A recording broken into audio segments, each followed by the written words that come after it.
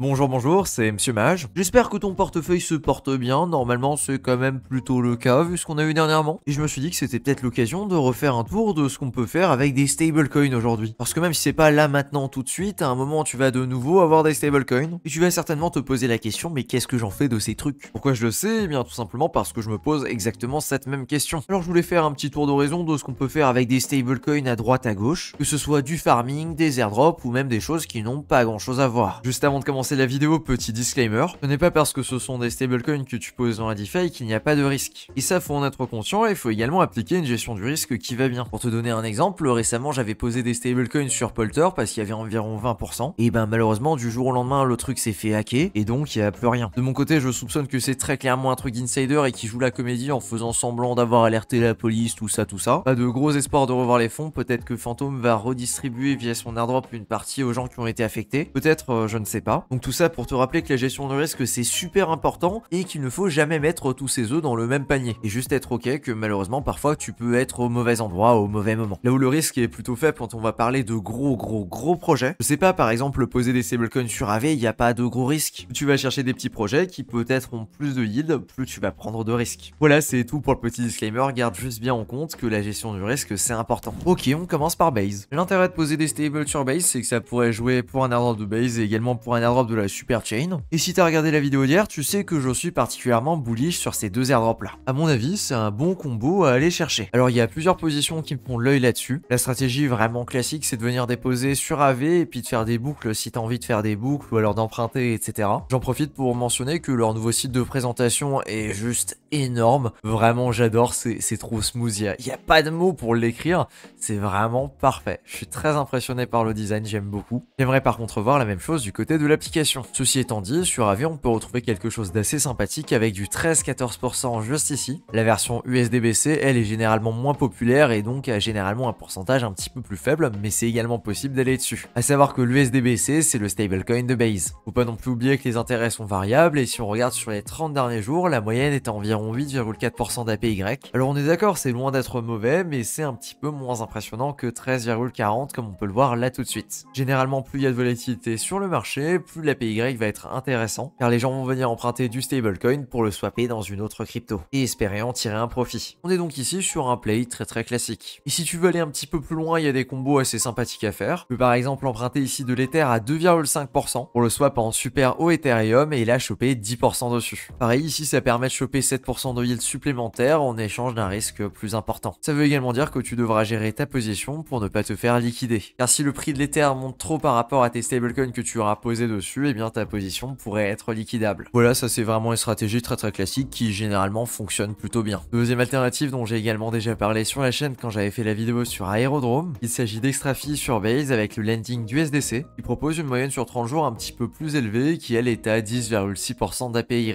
Ici, sachant qu'on est sur du lending borrowing, je préfère parler en moyenne, tout simplement car les points extrêmes sont généralement valables seulement quelques jours au grand maximum, et donc si tu repasses plus tard, ce sera la moyenne qui va t'intéresser et pas l'APY à l'instant T. Ce qui se passe quand tu déposes ici, c'est que tu vas venir prêter ta liquidité à des gens qui ont envie de farmer sous effet levier Aerodrome. Ils vont donc emprunter tes stablecoins pour faire du farming à effet levier. C'est plutôt sympathique parce que tant qu'il y a de la yield importante à aller chercher sur Aerodrome, normalement les APY ne sont pas censés trop diminuer. C'est une stratégie que j'utilise déjà depuis un petit moment et elle est toujours aux alentours de 10%, même avant que sur AV ce soit aussi élevé. Parce que si on dézoome, c'était clairement pas la même chose, on était sur une longue période pendant laquelle ça payait largement moins. J'ai malheureusement pas un gros historique sur Extrafi, mais je peux te dire que c'était le cas. En autre position sur Base, on va avoir du Moonwell. Ici, il y a moyen de taper un APY aussi assez intéressant, mais il faut pas oublier que celui-ci est largement boosté par les rewards en Well, et donc il est pas très organique et pourrait se tarir assez rapidement. Perso, j'en suis pas trop fan. On retrouvera également du Morpho qui fait quand même la liste de pas mal de stratégies qu'on a déjà vues, et dont pareil, je ne suis pas plus fan que ça. Sur Base, il y a plein d'autres apps qui permettent de se positionner de cette façon-là, et là je viens de te donner les principales et celles sur lesquelles j'ai déjà posé. De mon côté, aujourd'hui, j'ai des fonds sur Extrafi et ce depuis un petit moment. Aussi, petit update que tu as peut-être déjà vu passer sur Base, c'est que désormais, si tu utilises le Coinbase Wallet, tous les USDC que tu as sur ton wallet vont générer 4,7% d'APY.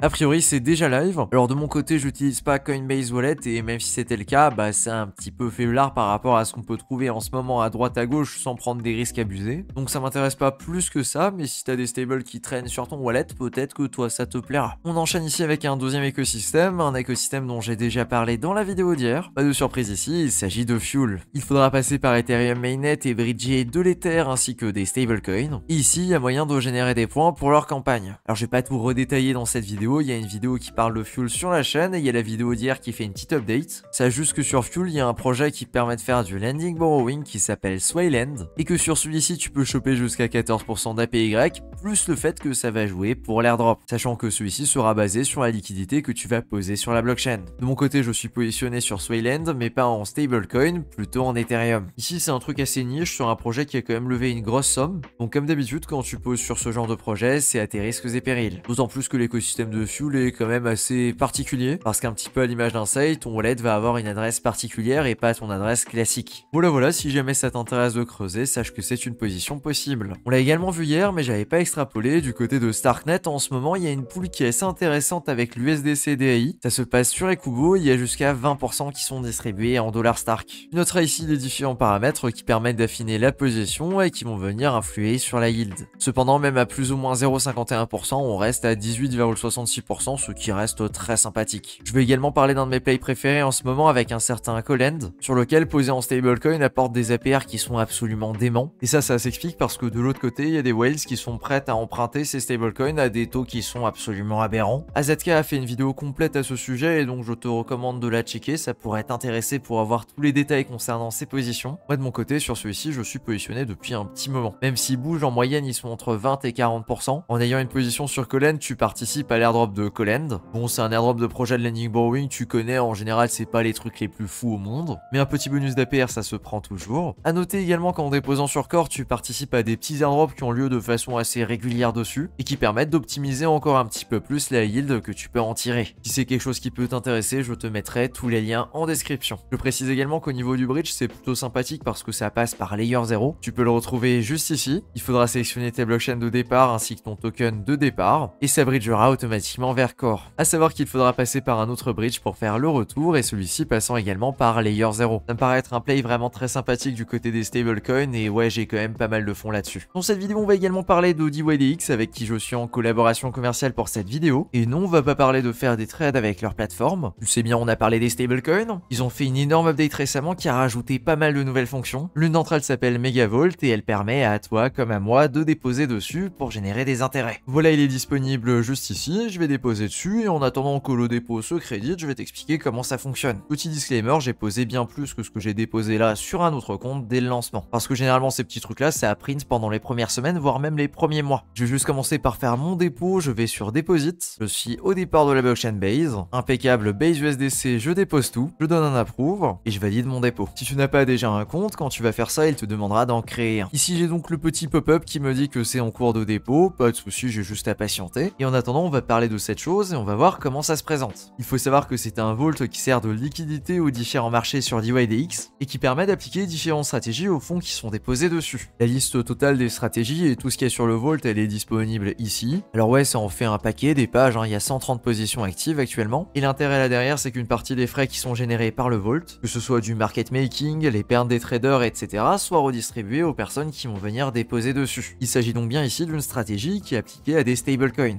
Comme tu peux le voir sur la courbe, c'est une stratégie qui peut très bien fonctionner, voire qui peut moins bien fonctionner en fonction des moments. Et ça va dépendre de la volatilité du marché et des positions qui vont être prises par le vault. Tu t'en doutes, évidemment, l'objectif c'est que le vault soit en positif, et aujourd'hui globalement c'est le cas. Tu auras peut-être tiqué juste ici parce que l'APR affiché est assez important. La raison est simple, le vault a lancé il y a 7 jours au moment du record de cette vidéo, donc l'historique est pas énorme et il va venir extrapoler la moyenne à l'année basée sur les performances des 7 derniers jours. Sachant que c'était le lancement et que ça a bien performé au lancement, le rendement à l'année est donc extrapolé sur ces 7 derniers jours. Généralement sur ce genre de stratégie, les rendements sont les plus élevés au début, tout simplement parce qu'il y a encore moins de fonds qui sont déposés sur la plateforme et que les gains qui vont être réalisés avec ces fonds-là, eh bien ils seront moins dilués. C'est donc une position que tu peux prendre avec des stablecoins, là où il y a quand même un risque. Comme pour tout ce qui est DeFi, à partir du moment là où tu poses quelque chose, il y a des risques de contrat, mais ça je te l'apprends pas. Et ensuite on a également des risques dans le cas là où par exemple il y a des traders qui vont venir gagner énormément. Et ça, même si en moyenne les traders sont quasiment toujours perdants, oui désolé si je t'apprends quelque chose, eh bien il y a quand même un risque qui existe de ce côté-là. C'est donc assez classique et à partir du moment là où tu déposes sur un projet de DeFi, tu peux perdre tout ou partie des fonds que tu as déposés dessus. Parfait, je viens de recevoir mes fonds, attention en fonction de la blockchain de départ ça peut mettre jusqu'à 20 minutes. Et ici effectivement c'était le cas à partir de Base. Une fois que mes fonds sont disponibles sur DYDX, je je peux directement déposer sur le Megavolt, ce que je vais faire tout de suite. Je confirme. Et voilà, c'est posé. J'ai donc maintenant une part de ce Volt. Et en fonction des performances de celui-ci, le prix de ma part va monter ou diminuer. À préciser également qu'au withdraw, il y a un slippage en fonction des positions qui sont actives. Actuellement, il est à 0,09% et je l'ai déjà vu descendre jusqu'à 0,03%. C'est la marge qui est prise en compte pour fermer les différentes positions qui sont ouvertes et pour payer les frais associés. Ici, on est typiquement sur une position qui va se garder sur le moyen à long terme. Mais si tu souhaites le faire, sache que c'est disponible en instantané. Il me suffit de venir cliquer sur Preview Withdraw, de confirmer, et mes fonds seront de nouveau sur mon wallet DYDX. J'aurai plus qu'à retirer sur la blockchain de mon choix. Si c'est quelque chose qui t'intéresse, je te mets directement tous les liens en description. Et maintenant, on continue la vidéo.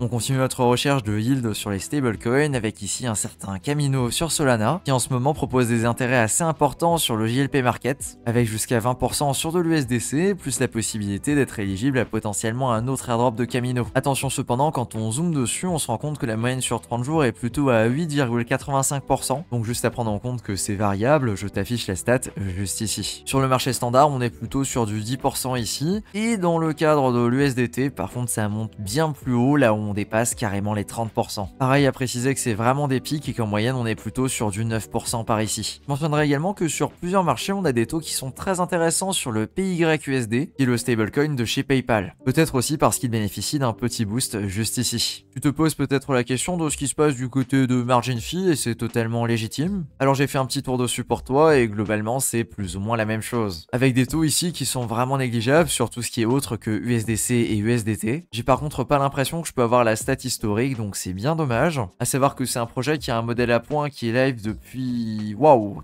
très longtemps et qu'ils n'ont toujours pas donné signe de vouloir faire un airdrop un jour ou l'autre. À noter cependant qu'il y a quand même des choses assez intéressantes à faire si tu veux louper dessus parce qu'on peut emprunter du sol à un taux très faible de 2% pour par exemple venir le swapper pour du INF qui doit avoir du 8 à 10% actuellement. Même plus, il monte jusqu'à 12%. Il y a donc un play assez sympathique ici si tu veux prendre le risque de déposer sur margin fee. Concernant l'airdrop, entre nous, ne t'attends absolument à rien. C'est du lending borrowing, ça traîne depuis très longtemps. Autant te le dire tout de suite, ce sera négligeable. Vu que je viens de passer sur Solana, je me suis dit que je pouvais faire la même chose en regardant ce qui se passe du côté d'Aptos. Et là, c'est globalement pareil. On va retrouver des taux d'intérêt assez intéressants qui sont notamment boostés par Aptos lui-même. Parce que oui, dans ces taux, il y a quand même une grosse partie qui vient du token Aptos qui est redistribuée directement. Donc si jamais poser des stablecoins sur Aptos, c'est totalement une option. Et encore une fois, on retrouve la même dynamique là où ici on peut emprunter de l'APT pour 4,70% pour générer 9,12% en posant sur le liquid stacking local. En me baladant sur le DeFi Lama d'Aptos, je me suis également rendu compte qu'on avait une nouveauté, un truc qui s'appelle Eco-Lending et qui a l'air d'être sorti d'un peu nulle part, avec sa TVL qui était à 0 encore le 12 octobre dernier et qui a 225 millions actuellement. Plutôt étonnant et d'après la description, c'est notamment quelque chose qui est en rapport avec le BTC restacking. Alors de mon côté, je suis vraiment là juste pour me balader et pour regarder ce qu'il y avait sur les stablecoins, mais le rendement sur le ABTC que je ne connais pas plus que ça a l'air d'être vachement intéressant avec un plus 12% distribué en Aptos. Peut-être plus ici sachant que le cap est atteint, mais pour celui du dessus, il y a encore un truc à faire. Il semblerait ici que le bridge soit à partir de B2 Network et que ce soit ça qui permette de récupérer du ABTC sur Aptos. Original, c'est quelque chose que je ne connaissais pas. Moi, ce qui m'intéressait, c'était de retomber sur Echelon et de regarder ce que ça donne dessus, ainsi que sur Solana qui est le VE33 local. Sur Echelon, ils ont dû refaire leur interface parce que je ne reconnais absolument plus. Faut dire qu'elle était clairement cracra avant. Et en regardant d'un petit peu plus près, il y a effectivement quelque chose ici avec de l'USDT. Là, on chope l'APR en lending, plus du THAPT. Alors pourquoi un mec vient distribuer du THAPT là-dessus, je me pose la question. Mais a priori, c'est une position qui existe. Et par contre, c'est avec de l'USDT un peu bizarre parce que c'est pas de l'USDT ZUSDT qui a été bridgé via Layer 0. Donc ouais, ça m'a l'air quand même assez particulier cette position-là. Et regardons du côté de Solana. Là, sur les positions en stablecoin, il y a peut-être des trucs à faire, mais ce qui me plaît pas beaucoup, c'est le fait que la TVL est vraiment désastreuse sur ces paires. Là, on a du 20% sur du ZUSDT et de l'USDT. Faudrait que je creuse pour avoir vraiment la différence entre les deux. Le ZUSDT, je sais qu'il est bridgé via Layer 0 et l'USDT, je sais pas s'il est natif du coup. Par contre, il y a seulement 200 000 $ de TVL, ce qui fait que c'est vraiment pas grand chose. Sinon, pour du ZUSDT, ZUSDC, là, on est plutôt sur du 11%, donc c'est rien d'exceptionnel. Un petit peu déçu, je m'attendais à tomber sur des trucs intéressants, mais vraisemblablement, c'est pas le cas. Autre chose à mentionner qui va ravir les fans de GLD. Oui, c'est parce qu'ils me l'ont présenté la dernière fois et qu'en général, il y a quand même des taux qui sont assez intéressants dessus. Il s'agit de Atom en lending qui peut monter jusqu'à 25 voire même quasiment 30% sur de l'USDC et de l'USDT. C'est assez impressionnant, d'autant plus que le boost ne représente pas la plus grosse partie de ce qu'on génère sur cette position. Alors par contre, vous m'excuserez les gars, mais j'ai aucune idée de comment on débarque avec de l'USDT l'USDC et de l'USDT directement sur Atom, ou plus précisément sur EGLD. Parce que tu me connais, c'est pas mon écosystème de référence. Il semblerait que ce soit possible en 1 pour 1 via le bridge Multiverse Bridge, qui passe soit par Ethereum Mainnet, soit par la BSC, et qui demande du coup d'utiliser un wallet qui est compatible avec Elrond, soit ces wallets-là qui s'affichent à l'écran. C'est un écosystème que je ne connais pas bien, mais vu qu'il y a des choses assez intéressantes à les prendre en tant que stablecoin, je me dois de le mentionner ici. Voilà, j'ai fait le tour des principaux écosystèmes sur lesquels je suis présent, plus un petit bonus. Évidemment, la liste n'est pas complète, on aurait pu parler d'encore plein